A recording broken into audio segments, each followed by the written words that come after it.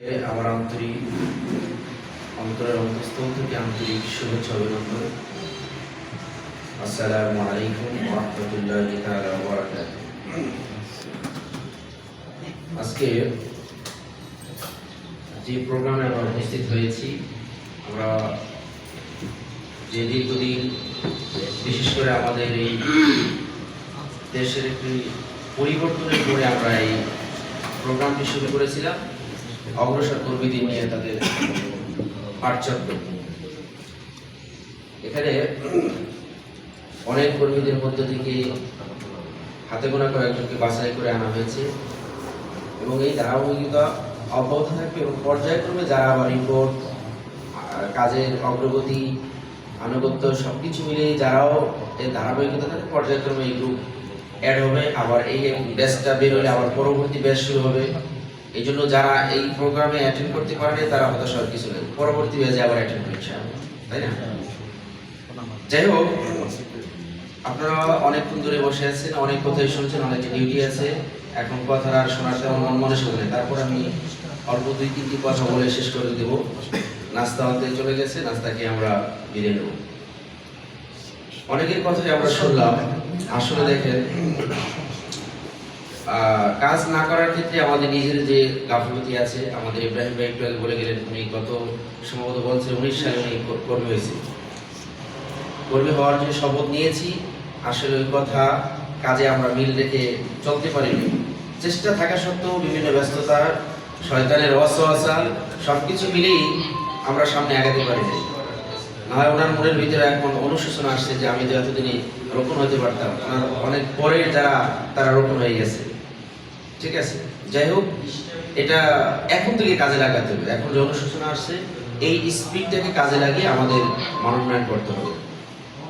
আর একটা কথা হচ্ছে, আমাদের আরেকজন সম্মানিত বড় ভাই পাত্র এলাকার আমাদের স্বপন ভাই বলছেন যে আলহামদুলিল্লাহ এই সংগঠনের সাথে সম্পৃক্ত হয়ে এই সংগঠনের যারা আছে তাদের ছত্রছায়ায়, তাদের সিলসিলায় সবকিছু মিলে তার ভিতরে একটা অনুশোচনা আসে যে যেহেতু আমরা মুসলমান, আমাদের 5 ওয়াক্ত নামাজ পড়া দরকার। তিনি ফজরের নামাজ আলহামদুলিল্লাহ এখন তার মিস হয় না বললেই চলে।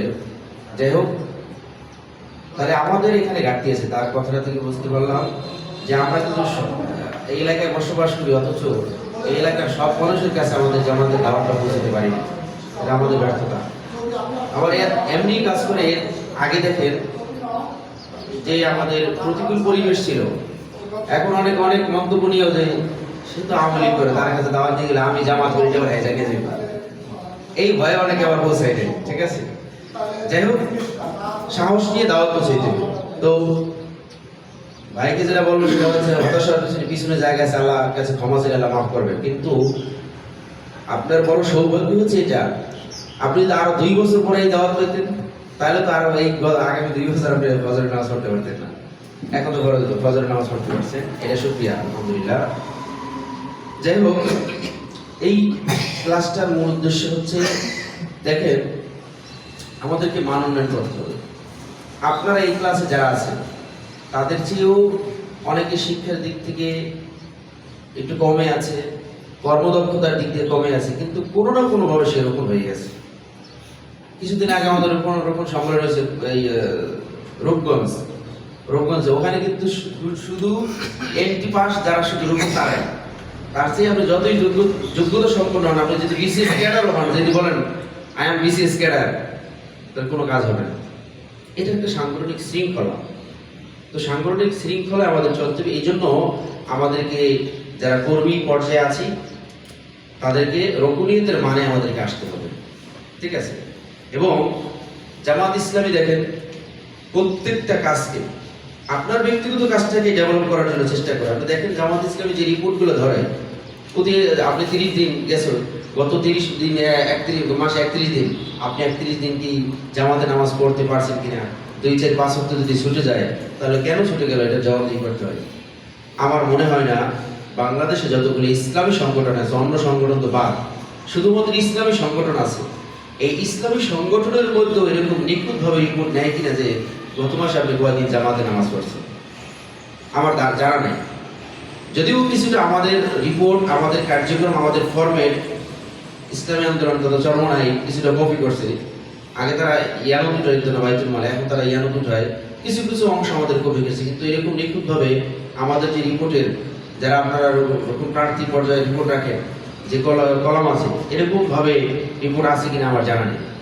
ঠিক আছে, তাহলে দেখেন এখানে লেখা আছে যে আপনি কোরআন তেলাওয়াত কয়দিন করছেন, জামাতে নামাজ কয়দিন পড়ছেন, আপনি দাওয়াতি কাজ কয়দিন করেছেন, আপনি সময়দান কর্মীদের সাথে যোগাযোগ কয়দিন করেছেন, আপনি সময়দান কত ঘন্টা দিয়েছেন। ঠিক আছে, তাহলে দেখেন আমি যদি সময়দান দিই, এটা কি আমার ব্যক্তিগত সময়দান, আমার ব্যক্তির কাজে আসবে না, আমার নিজের জন্য না, আমার নিজের আখিরাতকে গোছানোর কাজ করছি না। তাহলে আমরা জামাত ইসলামের যারা আছে সবাই আমাদেরকে কি করতে আছে, আমাদেরকে সহযোগিতা করতে আছে। সুতরাং এই সহযোগিতার সাথে তাল মিলিয়ে আমাদেরকে সামনে অগ্রসর হইতে হবে। তাহলে আমাদেরকে কর্মী যারা এখনো হয়নি অবশ্যই দ্রুত সময়ের মধ্যে রিপোর্ট বই নিয়ে 2-4 দিন রিপোর্ট রেখে অন্তত কর্মী শপথটা নিতে পারবে। কারণ যে কোনো সময় মারা যেতে পারে, মারা গেলে অন্তত কর্মী শপথটা আমার কাছে বলতে আল্লাহ তোমার এই দিনই সংগঠনের শপথ দিয়েছিলাম। ঠিক আছে, যাই হোক এই চেষ্টাটা আমাদের। আর কর্মী যারা হয়েছে তাদেরকে রোপণীয়তের মানে আসতে হবে। এখন কর্মী হওয়াটা সহজ, কিন্তু কর্মী থেকে রোপণীয়তের মান যেতে একটা লং জার্নি আছে, কারণ আমাদের সিলেবাস। আর এখন আর একটা মেসেজ দেয়, সেটা হচ্ছে এখন আপনাদের জন্য সুসংবাদ দিয়েছে, এখনো পর্যন্ত আমাদের সিলেবাসটা আগের সিলেবাস কাউন্ট হয়েছে। এর আগে কিন্তু যখন পরিবেশ ভালো ছিল তখন রোপণ হইতে গেলে 300 বই ছিল সিলেবাস প্রায়। ঠিক আছে, আর এখন কয়টা? এখন মাত্র 75 থেকে 78টা। এটাও শিক্ষিতদের জন্য। আর যারা এসএসসি পাস করেন নাই তাদের জন্য আবার 38 থেকে 39টা মনে হয় সম্ভবত। ঠিক আছে, এইটা অচিরেই পরিবর্তন হয়ে যাবে। এইটা বই বৃদ্ধি হবে, সম্ভবত আবার আগের জায়গায় চলে যাবে। শিক্ষিতদের অর্থাৎ সংগঠন কাউন্ট করে যারা এসএসসি পাস করছে, এসএসসি থেকে উপরে তাদেরকে বলা হয় শিক্ষিতদের সিলেবাস। আর যারা এসএসসি পাস করতে পারেনি তাদেরকে বলা হয় স্বল্প শিক্ষিত। অশিক্ষিত বলা নেই, স্বল্প শিক্ষিত। তাহলে এই সিলেবাসটা কিন্তু পরিবর্তন হয়ে যাবে। তাই পরিবর্তন হওয়ার আগেই আমরা যদি একটা রিস্ক, একটা দ্রুত একটা উদ্যোগ নিয়ে তাড়াতাড়ি এরকমটা হতে পারি, তাহলে এটা আমাদের জন্য প্লাস পয়েন্ট হবে। ঠিক না? আর আমরা যে ক্লাসগুলো করি, এই ক্লাসে যে পড়াগুলো দেওয়া হয়, এগুলো আমরা প্রতিদিনের পড়া যদি প্রতিদিন এক দিনে ভাগ করে নিই, কারণ ক্লাসটা নেওয়া হয় এক সপ্তাহে, আমরা মনে করি কি আজকে ক্লাস নেওয়া হলো, আবার তো ক্লাস হচ্ছে আগামী রবিবার, লং সময় আছে, এই জন্যই আমাদের পড়াটা আসলে হয় না। যদি প্রতিদিন হইতো তাহলে যে আজকে রাতেই পড়াপড়ি হয়ে যেত। ভাবতেছি যে না, এখনো তো 6 দিন সময় আছে, 6টা রাত আছে, 6টা দিন আছে, তাহলে আস্তে আস্তে গিয়ে পরে প্র্যাকটিস করি। ঠিক আছে, এই জন্য হয় না। তাহলে এইটা আমাদের মনে করতে হবে, এই ক্লাসটা আগামী রবিবার ক্লাস হয়েছে, মনে করতে হবে আগামীকালকে আমার এই পড়াটা দিতে হবে। আগামী এই আজকে রাতেই বা দিনের মধ্যে পড়াটা কমপ্লিট করার সর্বোচ্চ চেষ্টা করতে হবে। যদি কিছু গ্যাপ থাকে পরের দিন, এরপর যদি গ্যাপ থাকে পরের দিন, এরপর আমি রিহার্সেল করবো, প্র্যাকটিস করবো, আর একজন ভাইয়ের কাছে পড়া দিব। আরেকটা কথা আমার পরামর্শ, সেটা হয়েছে আপনারা এই ক্লাসে যারা আছেন, এখন আমি থেকে শুরু করি, আমি ধরেন এই ক্লাসের সদস্য, আমার লগে যদি দেখা হয় বা মাসুম ভাইয়ের সাথে দেখা হয়, আতিক ভাইয়ের সাথে দেখা হয়, রবি ভাইয়ের সাথে হয়, যেই পড়াটা কোরআনের আয়াত দেওয়া হয়েছে, ওই আয়াতটা ভাই এই আয়াতটা আমি বলি দেখেন তো, ঠিক আছে, এর আমার বলার দরকার নেই যে ভাই আপনি পড়াটা বলেন তো শুনি আমি। আপনি বলবেন যে আমার পড়াটা বলেন। আগে না সাহাবী, নবী করিম সাল্লাল্লাহু আলাইহি ওয়াসাল্লামের যুগে, সাহাবীর যুগে ছিল, একটা আয়াত নাযিল হলো, আয়াত একজন বললে আবার আরেকজন সাহাবীর সাথে দেখা হইলে তখন সে বলতো ভাই এই আয়াতটা আমি বলতেছি দেখুন তো আমার ঠিক আছে। তাহলে এই সিলসিলা আমাদের চালু করলে তাহলে আমাদের পড়াগুলো তাড়াতাড়ি হইবে এবং মনে থাকবে। ঠিক আছে না? আরেকটা হচ্ছে, আমরা একমাত্র জান্নাতে যাওয়ার জন্য, আমাদের আখিরাতকে ভালো করার জন্য আমরা জাহান্নামে যেতে চাই না। এই সংগঠনের কাজ করে একমাত্র কি দুনিয়ার লাভ এবং আখিরাতের মুক্তি, তাই না? তাহলে এই জন্য আমাদের বায়াতবদ্ধ জীবনে প্রবেশ করতে হবে। ঠিক না? বায়াতবদ্ধ জামাতি জিন্দেগি যেটা বলেন, সংগঠনগত জীবনে, এটাই আমাকে প্রবেশ করতে হবে।